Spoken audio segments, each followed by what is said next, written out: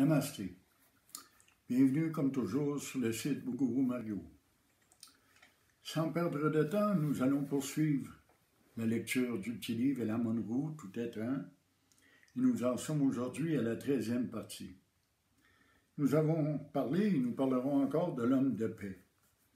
J'ai terminé la partie précédente en traitant nos dirigeants d'imbéciles, de crétins. Nous sommes dirigés par des gens de paraître, de pouvoir, avides de pouvoir et de possession. Malheureusement, un tel gouvernement, un tel peuple, de tels dirigeants ne peuvent que créer un monde chaotique. Ça doit changer. Les sages, les hommes de bien, les hommes de paix doivent reprendre le pouvoir et diriger avec amour, avec paix. C'est aussi simple que ça. L'homme en paix peut avoir un souci de rectification pour ce qui se passe dans le monde. J'ai ce souci. J'ai à cœur le bien-être d'autrui. Et peut-être que toi aussi tu ressens de la compassion pour le reste du monde. Quand on pense que les 2/3 de la planète sont dans la misère noire, dans la guerre, dans la famine, on sent qu'il y a quelque chose à faire. La technologie est en train de détruire notre planète, bien qu'elle améliore la vie de certains. Il y a une rectification à faire, et c'est par la sagesse, par la paix, que nous pouvons rectifier ce monde. Il n'est pas question de faire de guerre et de détruire. Je ne veux pas détruire aucun dirigeant actuel, je veux simplement rectifier les choses. J'aimerais que la vérité domine sur cette planète, j'aimerais apporter la lumière à ce monde. S'il en éprouvait de la crainte, l'homme de paix, de quelle aide pourrait-il être envers ceux qui considèrent ce monde possessivement et avec avidité? Il ne faut pas craindre d'agir. Il ne faut pas avoir peur de ses opinions. Si tel est le cas, comment pourrions-nous aider nos semblables? Ils sont sous l'emprise de l'égoïsme, ces dirigeants, et dépourvus de toute notion d'impartialité. La justice n'est pas de ce monde, vous savez, le bonheur non plus. Les dirigeants sont sous la gouverne d'un monde de capitalisme, d'égoïsme, d'intérêt personnel. Ils ne peuvent connaître l'intérêt impartial de l'un. Pour guider l'aveugle sur un chemin ou traiter la cécité de l'œil malade, on a besoin d'y voir clair. C'est l'évidence même. Pour guider un aveugle, il faut voir soi-même.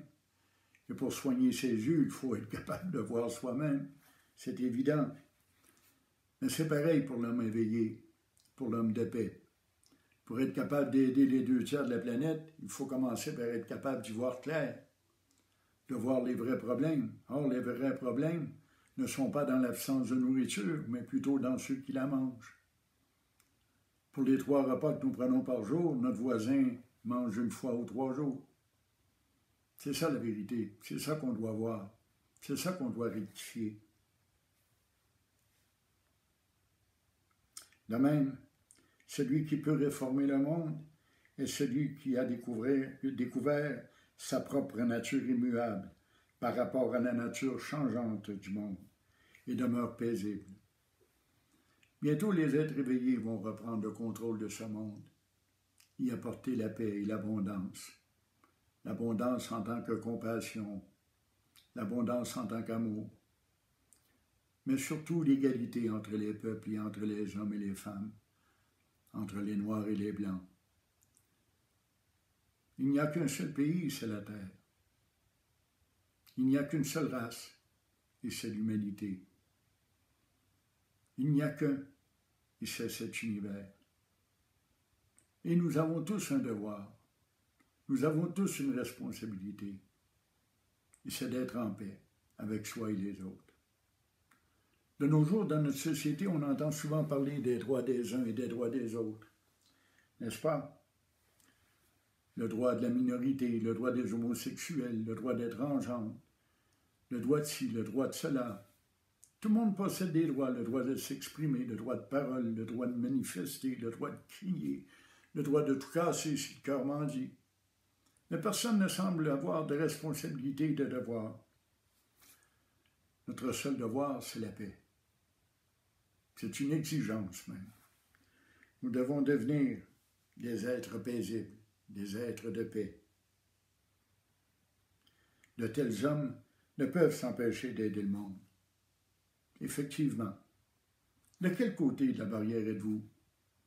Si vous voyez votre voisin sans chaussures, êtes-vous porté à lui donner les vôtres? Ou si plutôt vous détournez la tête et continuez votre chemin? Voilà ce qui fait la différence entre l'homme de paix, entre l'homme de bien et l'égoïste. Quand on est capable de compassion envers son voisin, on est dans la paix. On est dans la lumière de l'Esprit, dans la lumière de Dieu.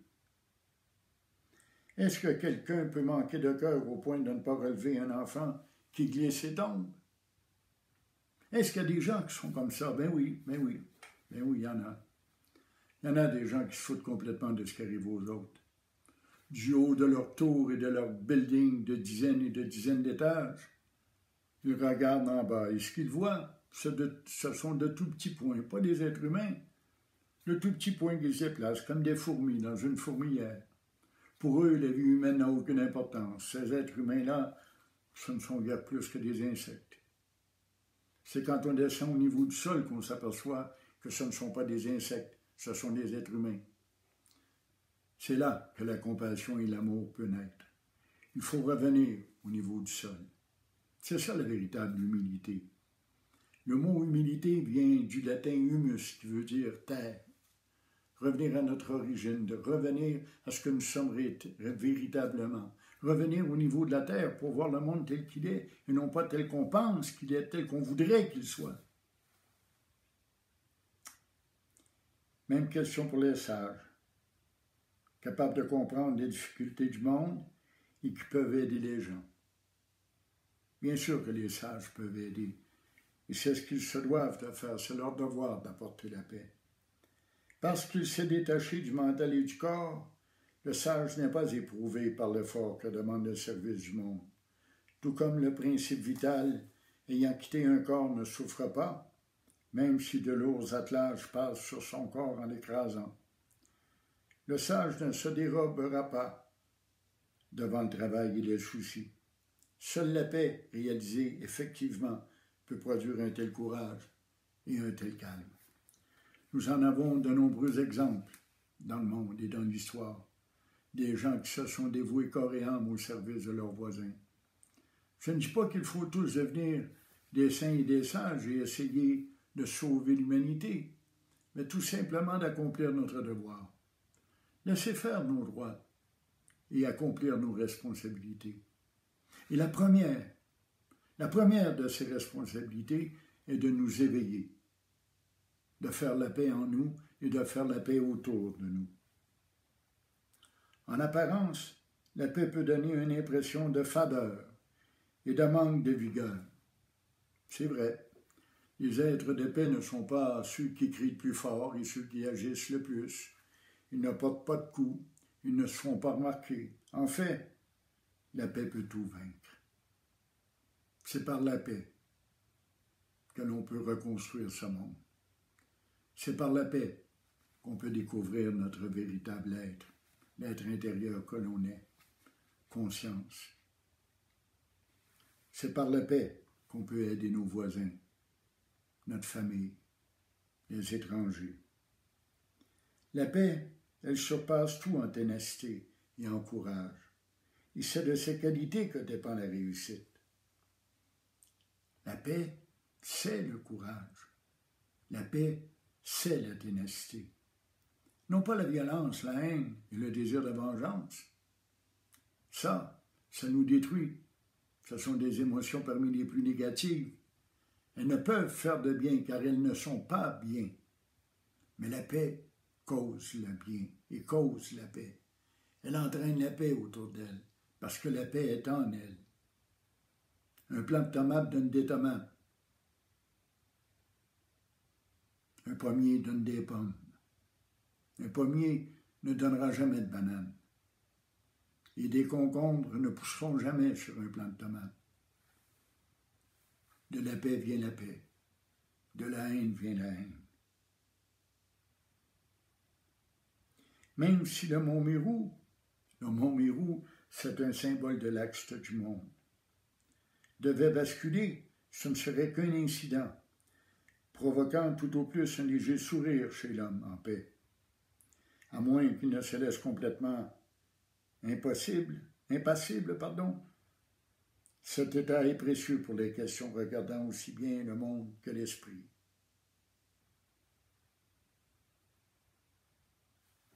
Et oui, même si le monde s'écroulait, l'homme de paix demeurerait en paix, parce qu'il sait que cela fait partie du plan de la vie, parce qu'il sait que c'est la volonté de Dieu. Peut-être même n'aurait-il aucune émotion, aucune réaction. Cet état est précieux pour les questions regardant aussi bien le monde que l'esprit. Effectivement, la paix prend deux formes. La paix personnelle, la paix du mental, et la paix du monde autour de nous. Le mental rayonne, éclaire, et le monde sort de sa noirceur. Le véritable bonheur dans le monde est le sien aussi. Et ce bonheur jaillit après la fin d'un esclavage. Quand on atteint la liberté, ce qu'on appelle en sanskrit un jivamukta, un libéré vivant, un être réalisé. C'est ça le véritable bonheur. C'est la paix de l'âme, la paix de l'esprit, la paix du corps, le repos et la paix qui s'étend autour de nous. C'est la fin d'un esclavage. L'esclavage au petit moi et au jeu, l'esclavage à l'ego. Car nous sommes tous esclaves de l'ego. Nous courons comme des malades, comme des affolés, pour tenter de combler ses besoins, ses désirs, ses attentes. Nous fuyons à toutes jambes face aux peurs qui nous provoquent. Nous voulons nous enlever la vie face à la culpabilité que l'ego nous fait ressentir. Tout ça peut prendre fin. Et c'est par l'éveil spirituel qu'on y parvient. C'est en ce sens qu'il nous faut travailler. La paix apporte le bien à chacun de toute façon. Dès qu'on est un être de paix, on commence à rayonner la paix et on éclaire le monde avec la lumière de la paix. Et la paix se fait autour de nous. Mais la paix doit commencer dans notre cœur. La paix doit commencer dans notre mental. Il y a des manières, il y a des façons, il y a des outils d'y parvenir. Je le répète encore, par la méditation, par l'attention vigilante au moment présent. On peut gagner cette paix. Et cette paix, c'est la béatitude qu'on nous promet. C'est la béatitude qu'est Dieu, qu'est l'un, qu'est Brahman. Être, conscience, béatitude. Alors je vous quitte en vous suggérant évidemment de vous abonner à la chaîne et de poursuivre vos auditions pour la lecture de ces petits enseignements.